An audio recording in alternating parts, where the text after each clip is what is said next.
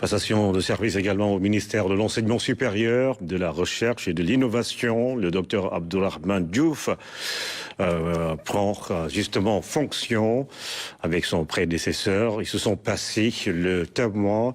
Le ministre entrant est revenu sur les chantiers prioritaires du département, entre autres défis, la stabilité de l'année académique et la promotion de la recherche.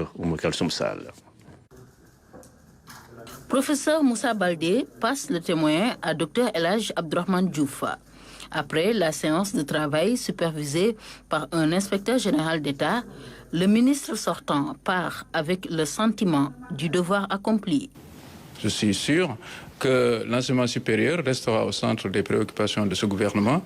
Beaucoup d'efforts ont été faits et je pense que mon successeur va pouvoir s'appuyer sur ça et pouvoir continuer le travail dans un secteur dynamique, dans un secteur qui participe au rayonnement scientifique du Sénégal. Au professeur Moussa Baldé, je vous remercie infiniment pour le travail que vous avez fait et pour m'avoir donné un certain nombre de leviers qui me permettront de démarrer le travail assez rapidement et de ne pas perdre du temps.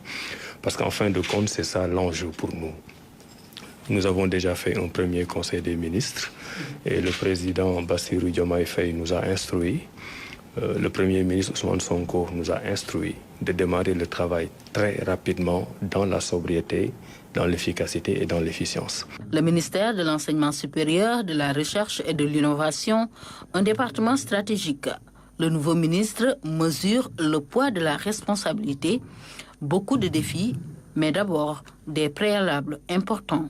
Vous ne pouvez pas avoir un enseignement supérieur de qualité si vous avez des enseignants, des professeurs d'université qui sont frustrés. Donc nous travaillerons avec eux dans le cadre d'une co-construction pour voir quels sont leurs problèmes et essayer d'y trouver une solution. Si vous avez un professeur d'université performant, vous avez la quasi-certitude que l'enseignement supérieur va aller de l'avant. Vous ne pouvez pas non plus avec des étudiants qui demandent toujours où est-ce qu'ils en sont avec leur bourse.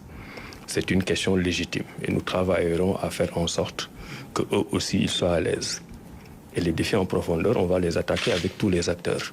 Et là, il y a la question de l'enseignement supérieur en tant que tel. Et je pense que là, le premier défi, ce sera la stabilisation de l'année académique. Vous voyez actuellement ce qui se passe. C'est la conséquence d'un certain nombre de dysfonctionnements. Et nous allons essayer le plus rapidement possible d'avoir des années académiques régulières qui commencent en octobre, novembre et qui se terminent en juin ou juillet. C'est un défi important. Mais dans l'enseignement supérieur, il y a un domaine que l'on néglige assez souvent, c'est la recherche et l'innovation. Si le Sénégal veut être un pays qui compte dans le monde, on doit être dans le monde des savoirs, dans le monde des idées. Donc on doit être dans la recherche et l'innovation.